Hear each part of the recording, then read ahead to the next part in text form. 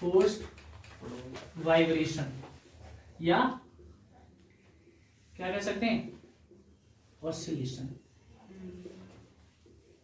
देखिएगा forced oscillations में और इसमें क्या डिफरेंस होता है। जब मेरे पास में किसी पार्टिकल को हमने क्या किया था, मीन पोजीशन से क्या किया था, डिस्प्लेसमेंट किया था, ठीक है। तो उसकी जो वाइब्रेशंस हैं, जो ऑसिलेशंस हैं, उनका अपोज क्या कर रहे थे, एयर रेजिस्टेंस, फ्रिक्शन फोर्स और एटीसी एक्स्ट्रा, बहुत सारी चीजें आपको क्या बोल रहे थे, उसका अपोज कर रहे थे। प्रोडिक दोलन में क्या होता है कि जब कोई पार्टिकल्स क्या है, उसको अपनी क्या है, बाह्य बल लगाया जाता है, एक्सटर्नल फोर्स आप अपनी तरफ से लगा रहे हैं, उसको स्लाइटली अपनी मेन पोजीशन से डिस्प्लेसमेंट किया जाता है। तो पहले स्टार्टिंग में तो वो अपनी स्वाभाविक नेचुरल फ्रीक्वेंसी से क्या करता है, ऑसिलेशन करता है। लेकिन कुछ टाइम बाद जो आपने जितना आपने उस पे फोर्स लगाया, एक पीरियोडिक फोर्स लगाते हैं, ऐसा नहीं कि कुछ भी फोर्स लगा देते, तो फिर क्या है, वो एक्सटर्नल बाह्य बल की फ्रीक्वेंसी से क्या करने लगता है, ऑसिलेशन करने लगता है। तो इस प्रकार के जो ऑसिलेशंस को हम क्या कहते हैं, प्रोडिक दोलन कहते हैं, ठीक है ना। हमने एक्सटर्नल लगा दिया, देखो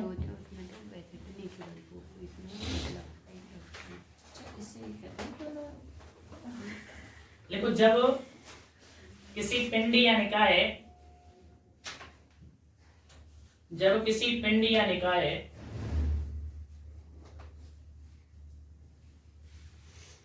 पर कोई बाह्य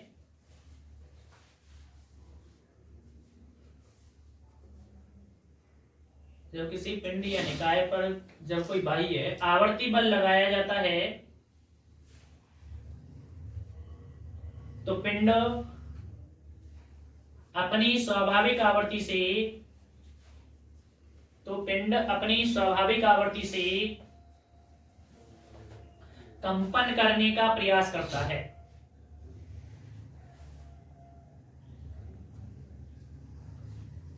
परंतु ये दोलन या कंपन एक ही बात है, परंतु ये दोलन शीघ्र समाप्त हो जाते हैं।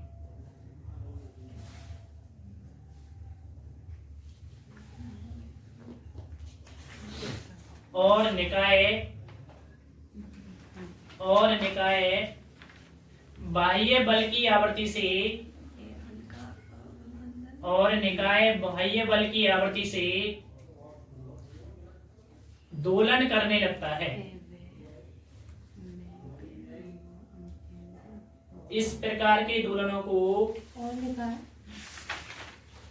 और निकाय बाह्य बल की आवृत्ति से दोलन करने लगता है।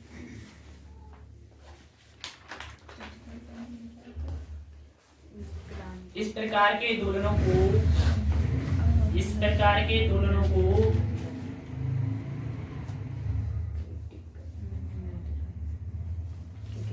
प्रोडिक दोलन कहते हैं।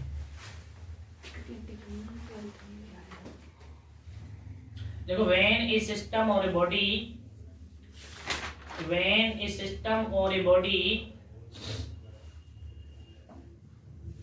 is subjected to external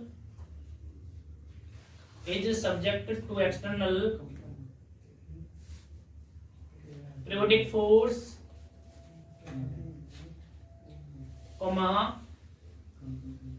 the body tends to oscillate with natural frequency,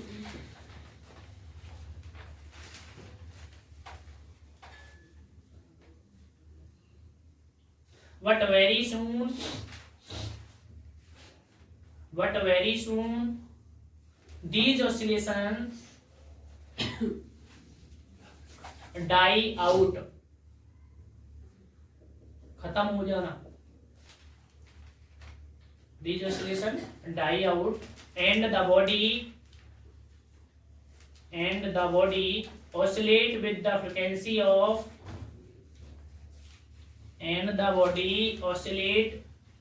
frequency of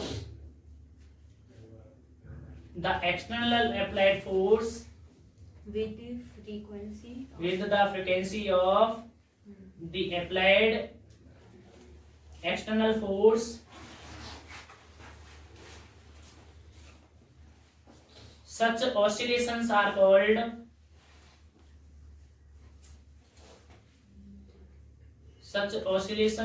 called forced oscillations।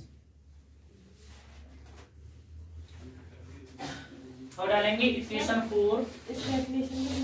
देखिएगा मेरे पास में क्या है, आपने क्या काम किया, कोई एक तरीके से ये ले लीजिएगा, कोई मेरे पास में एक मासेस है, वो आपको क्या नी पोजीशन में आपने क्या कर रखा है, किसी रिजिड सपोर्ट से लटका रखा है, ठीक है ना। पहले क्या कर रहा था, ये ऐसे मानिएगा ऑसिलेट कर रहा था अपनी नेचुरल फ्रीक्वेंसी से, मतलब आपने हल्का सा डिस्प्लेसमेंट कर दिया अपनी नेचुरल फ्रीक्वेंसी से, ऑसिलेशन कर रहा था इतना। मान लीजिए इसका जो पोजीशन थी, जो वाइब्रेशन की थी, जो क्या था वो यहाँ से यहाँ तक का था, है ना, इसका मीन पोजीशन से एम्पलीट्यूड था, ठीक है। लेकिन इसके बाद में क्या हो गया, जैसे ही आपने एक एक्सटर्नल फोर्स लगाया, वो होना चाहिए कैसा, पीरियोडिक, ऐसा नहीं होना चाहिए कि एक ही जगह एक ही तरफ चला जाए। आपने क्या किया, इसको आए और आने के बाद में इसको क्या स्लाइटली डिस्प्लेसमेंट कर दिया।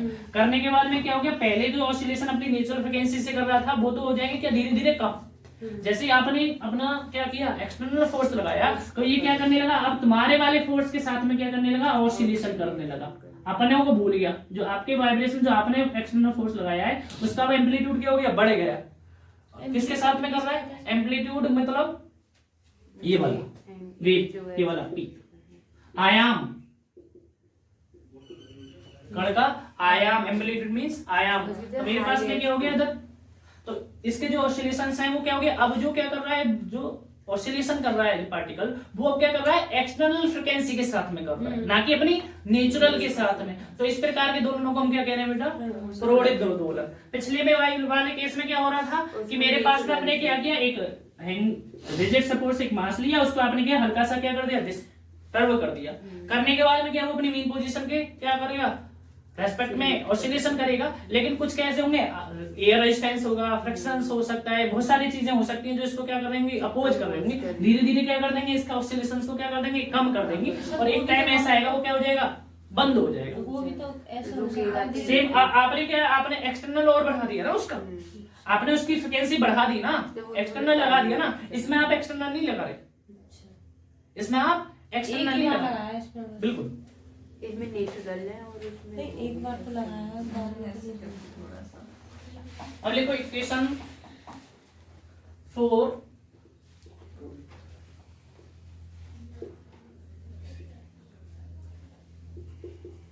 Force vibration. क्या लिखेंगे हम, प्रोडित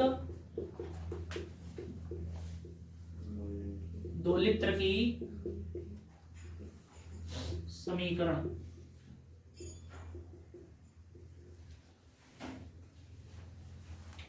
लेकिन माना स्मॉल m द्रव्यमान का कण,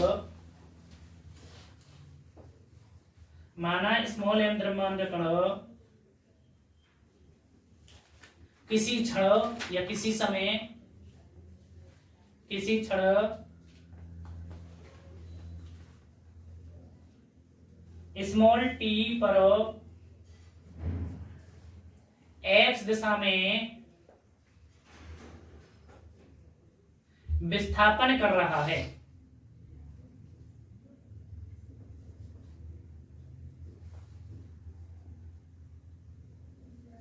जिसका विस्थापन की दिशा में, जिसका विस्थापन की दिशा में वेग कितना होगा, वेग dx ओवर dt, लिखेंगे ऐसे dx ओवर dt, व त्वरण d square x over dt square है।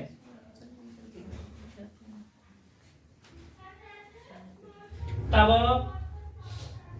निकाय पर कार्य करने वाले बल,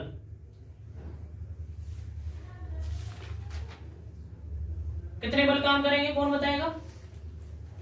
एक तो जब आपने मीन पोजीशन से इसको डिस्प्लेसमेंट किया तो एक तो रीस्टोरिंग फोर्स हो गया, एक क्या हो गया, जो अब एयर भी काम कर रहा है, फ्रिक्शनल फोर्स काम कर रहा है। मतलब क्या हो गया, फ्रिक्शनल फोर्स क्या हो गया, किसके प्रोपोर्शनल होता है, वेलोसिटी के प्रोपोर्शनल होता है। दूसरा कौन सा सर, फ्रिक्शनल घर्षण बल, या मैं कहूँ वायु प्रतिरोध बल, वो क्या होता है, वेलोसिटी के क्या लगता है बेटा, विपरीत दिशा में लगेगा। आप क्या करेंगे, आप ऐसे चल रहे हैं, चलने के बाद में एयर है, तो एयर क्या करेगी, आपके चलने की विपरीत दिशा में तो फोर्स लगेगी, आपको रोकने का काम करेगी। घर्षण भी क्या होगा, हमारे चलने की अपोजिट डायरेक्शन में काम करता है, ठीक है ना। उसके बाद में क्या है, एक और आपने एक्सटर्नल लगाया, वो कौन सा लगाया आपने, एक्सटर्नल पीरियोडिक फोर्स, आवर्ती बल। तो इस पे कितने काम करेंगे, 3 फोर्स काम करेंगे। ये किसके बराबर होगा, एक्सटर्नल पीरियोडिक फोर्स लिखवाएंगे F इजिकल टू F क्या होता है, पीरियोडिक फोर्स की इक्वेशंस क्या होती है, पीरियोडिक इक्वेशन क्या होती है, Y equal to A sin omega T, omega T. ठीक है ना। तो A को क्या मान ले, Y इजिकल टू क्या हो गया, ये क्या होता है मेरे पास एम्पलीट्यूड, तो मैं क्या मान लिया, F equal to sin PT, कोई अपनी तरफ से मान लिया ना एक्सटर्नल, अब उससे तो नहीं लेके जो sin का है। मेरे पास में क्या, F क्या हो गया मेरे पास में, वो एक्सटर्नल फोर्स एम्पलीट्यूड, और एक तरीके से P क्या हो जाएगा मेरे पास में, ओमेगा, फ्रीक्वेंसी का काम करेगा। और वो कौन सी फ्रीक्वेंसी होगी, एक्सटर्नल प्रोड़ित वाली फ्रीक्वेंसी होगी, इसलिए हमने P ले लिया इसको। लिखो, let us consider a particle of mass m, let us consider a particle of mass small m having displacement small x, having displacement small x at instant time small t,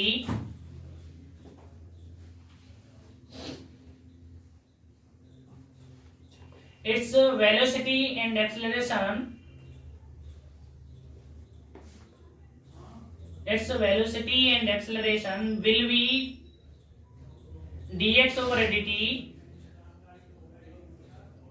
and d square x over dt square.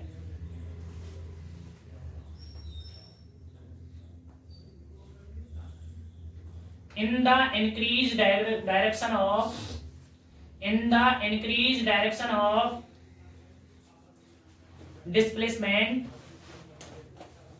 then its act upon 3 force.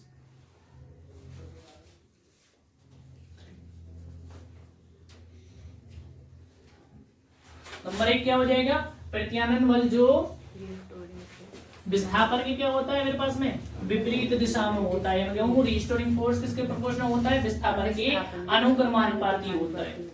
Number first पर लिखेंगे प्रत्यानयन बल, प्रत्यानयन बल कण के, ऐसे लिखो, कण के विस्थापन के समानुपाती होता है।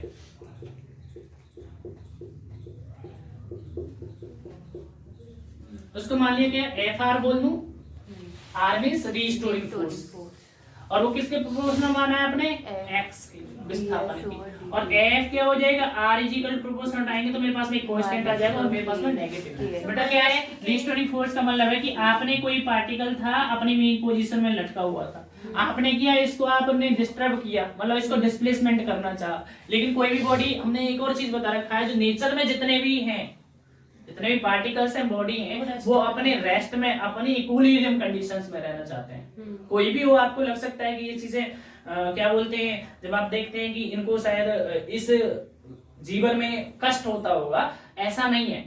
बात है, जो बॉडी नेचर में जो बनी है ना, वो उसी में रहना चाहती है। यदि आप भी रह रहे हैं, आप शांति से रह रहे हैं, तो आप क्या, आपको कोई डिस्टर्ब करने लगे तो आप क्या करेंगे, उसका विरोध करेंगे, भाई ऐसा मत करें। तो सेम क्या है, ये बॉडी भी क्या करेगी, आपने ऐसे किया, करने के बाद में क्या, ये अपनी जहां पे थी वहीं पे आने का प्रयास करेगी। आप इधर फोर्स लगा रहे हैं, ये क्या कर रही है, इधर फोर्स लगा रही है, इसे बोलना है रीस्टोरिंग फोर्स। अर्थ क्यों नहीं रेस्ट में होना चाहती, मतलब मूव करती रहती है ना, उस पे फोर्स लग रहा है, वो तो नेचुरल, वो नेचुरल हो गया, ठीक है ना। वो अपनी एक्सिस के कहाँ बदल रही है अपनी पोजीशन, उसका एक नेचर है रोटेशन करना सर के अबाउट, तो वो रोटेशन ही करती रहेगी, उसमें चेंज नहीं होगा। अगर सर आप यदि क्लॉकवाइज डायरेक्शन में, तो एंटी क्लॉकवाइज में चेंज नहीं हो सकती। मैंने कहा जो चीज जहाँ है स्टेबल है, वो वही है, वो होना नहीं चाहता। यदि क्या उसका करेंगे तो क्या होगा, वो चीजें उसका अपोज मिलेगा, ठीक है ना। आजकल हम बहुत सारी चीजें, खदान से बहुत सारी चीजें निकाल रहे हैं, तो उसका हमें दुष्परिणाम मिल रहे हैं आजकल, है ना, कहीं कुछ हो रहा है, कहीं कुछ हो रहा है, ठीक है ना। इधर देखो मेरे पास में, इधर देखो मेरे पास में, तो मेरे पास में क्या हो गया रिस्टोरिंग फोर्स, आपने क्या इसको मीन पोजीशन से x डिस्प्लेसमेंट किया, लेकिन ये क्या कर रहा है, इसको अपोजिट डायरेक्शन में फोर्स लग रहा है, इसलिए आगे नेगेटिव। क्या हुआ डिस्प्लेसमेंट में x, तो मैं ऐसे ही प्रोपोर्शनल का हटाया तो ये क्या हो गया मेरे पास में एक k आ गया, और k को क्या बोलते हैं, बल नियतांक। ठीक है ना, हुक के लॉ में भी पढ़ के आए होंगे आप, स्प्रिंग कांस्टेंट, वहां पे आप क्या बोलते हैं, स्प्रिंग नियतांक, यहाँ क्या कर देंगे, बल नियतांक है, जहां के क्या है मेरे पास में, बल नियतांक है। इसमें क्या लेंगे, the restoring force, the restoring force of the particle, ऐसे लीजिए, the restoring force is proportional to the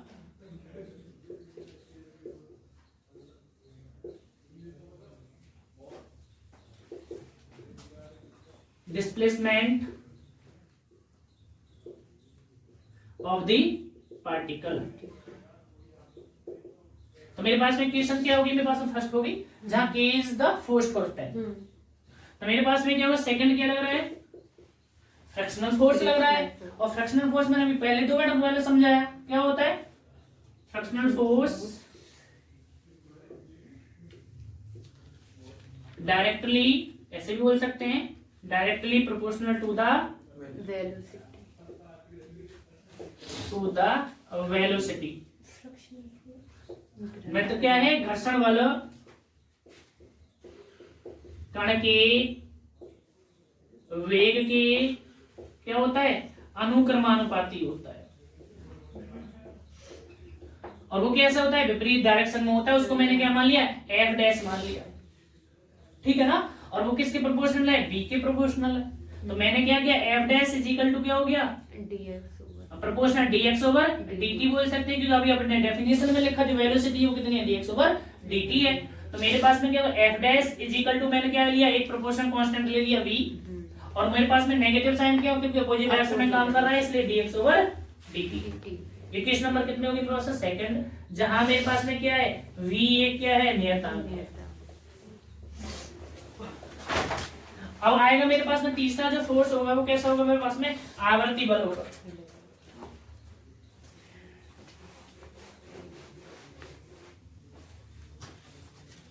आवर्ती बल क्या होगा, थर्ड पे, the periodic external force acting on the particle. मेरे पास में क्या हो गया, वो मैंने मान लिया, एफ के बराबर मान लिया, और वो क्या मानी मैंने, एफ नॉट, या एफ नॉट भी बोल सकते हैं, क्योंकि मेरे पास में एम्पलीट्यूड होता है साइन पीटी, ओमेगा टी की तरह।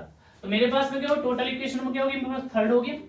अब मैं ये कह सकता हूं कि कण पर कार्य करने वाला कुल बल, कुल बल का गणना क्या होगा, ये वाला बल, ये वाला बल और ये वाला बल कैसे हो जाएंगे, मेरे पास में जुड़ जाएंगे। ठीक है ना, या मैं कह दूं इसको ये भी बोल सकता हूं कि पीरियोडिक फोर्स को एक्टिव बोल दीजिएगा। ठीक है ना, तो मेरे पास में क्या हो गया, कण पर, हिंदी लिखूं इसकी, कण पर कार्य करने वाला आवर्ती बल, हिंदी लिखेंगे इसकी, कण पर कार्य करने वाला बाह्य आवर्ती बल, बाह्य आवर्ती बल, तब लिखेंगे F P is equal to F not sine P T. हम नेक्स्ट लिखेंगे total force acting on the particle, कितना हो गया, कण पर कार्य करने वाला कुल बल, वो क्या हो गया, एफ इज इक्वल टू कितना हो जाएगा मेरे पास में, F R plus F dash plus F P. यहां तक किसी को कोई दिक्कत नहीं होनी चाहिए। और एफ बराबर क्या होता है मेरे पास में, एम ए, एफ डैश किसके बराबर है मेरे पास में, माइनस के एक्स, और मेरे पास में क्या होगा, minus k b d x over d t, और एफ पी कितना आया आपका, F not into sine P T. यहां तक किसी को कोई दिक्कत नहीं होनी चाहिए। मैं इसको लिख सकता हूँ, ए को क्या लिख सकता हूँ अभी बताया तो कितना हुआ, d square x over d t square minus k x minus k b into d x over d t plus F not into sine P T. ठीक है, अब मैंने क्या काम किया, इसको मैंने ऐसे रिप्लेस कर लिया, तो मेरे पास में क्या हो गया, डी स्क्वायर, एक देखिएगा मैं एम का भी डिवाइड कर रहा हूँ और आपको इनको क्या कर रहा हूँ, पक्षांतर भी कर रहा हूँ, ठीक है। तो मेरे पास में क्या, डी एक्स स्क्वायर हो गया डी टी स्क्वायर प्लस के अपॉन एम इंटू एक्स, ये हो गया, माइनस के क्या हो जाएगा, बी माइनस का हो जाएगा plus k b upon m d x over d t is equal to क्या होगा, F not upon m into क्या हो जाएगा मेरे पास, साइन पी टी के बराबर हो जाएगा ना, हो जाएगा। अब मेरे पास में क्या है, अगेन इसको सॉल्यूशन करने के लिए क्या मान लूं, के अपॉन एम क्या मानते हैं आप, ओमेगा, इसको बी अपॉन एम को क्या मान लें, 2k, तो मेरे पास में अगेन क्या मिलेगी, एक डिफरेंशियल इक्वेशंस मिल जाएगी, ठीक है ना, करो।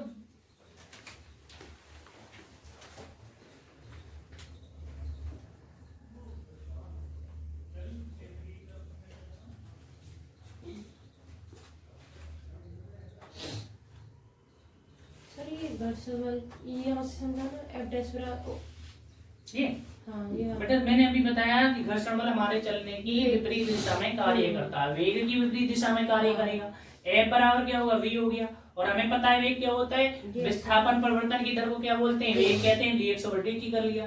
जैसे हमने प्रोपोर्शन का चिन्ह हटाया तो प्रोपोर्शन के साथ में कोई भी चीज हो तो एक कांस्टेंट हमेशा होता है, वो हमने कांस्टेंट मान लिया v।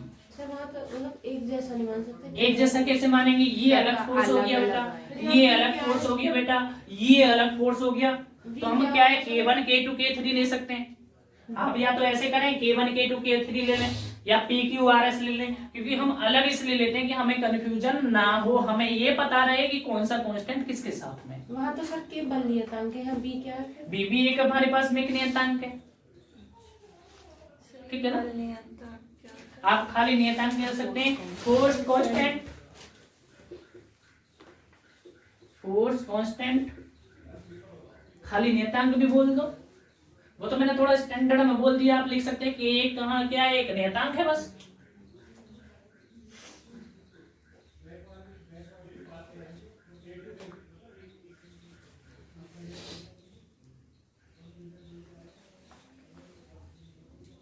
इतना ही कराएंगे, थोड़ा सा इसको आगे कर देते हैं क्योंकि मेरे पास डिफरेंशियल इक्वेशंस आ जाएगी ना। तो मैंने क्या मान लिया, लेट के अपॉन एम क्या होता है, ओमेगा स्क्वायर वाला क्या हो गया, के अपॉन एम, ये तो होता ही है।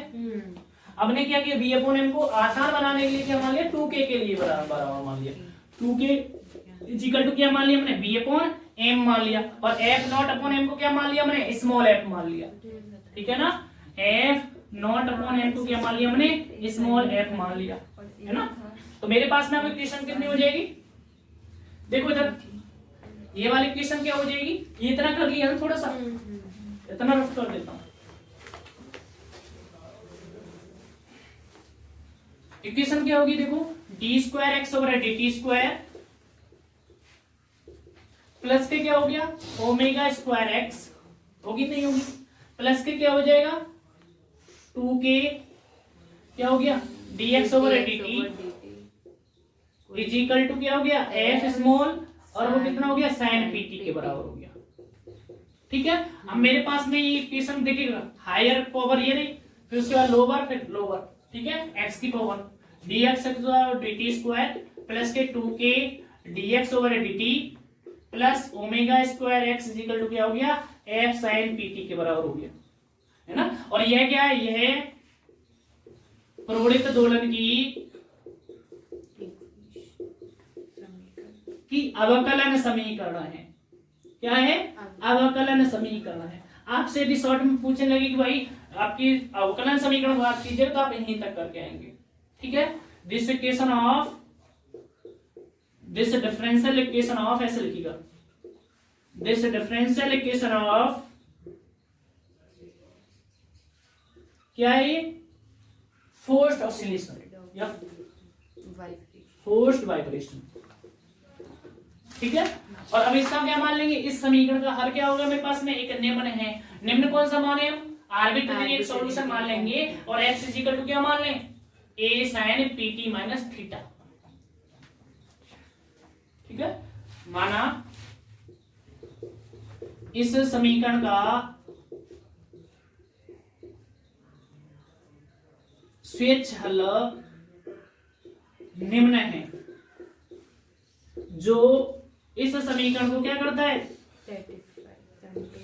को संतुष्ट करता है, अपनी तरफ से माना है, ठीक है। Let a arbitrary solution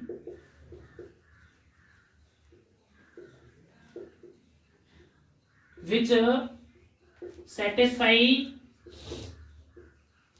the above equation, equation का नाम देने, अभी तक हमने कोई इक्वेशन मानी है तीन, ये हमने मान लिया 4, satisfy the इक्वेशन कितना 4, समीकरण 4 को क्या करता है, संतुष्ट करता है।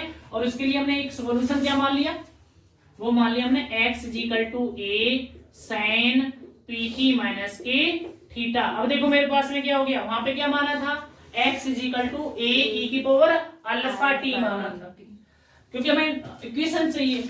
और इसमें साइड में क्यों लिया है, क्योंकि उसमें हमारे पास में कोई पीरियोडिक एक्सटर्नल फोर्स नहीं था। यहाँ पे क्या हमारे पास में एक पीरियोडिक एक्सटर्नल फोर्स भी है, इसलिए हमने एक इस टाइप का सॉल्यूशन माना है।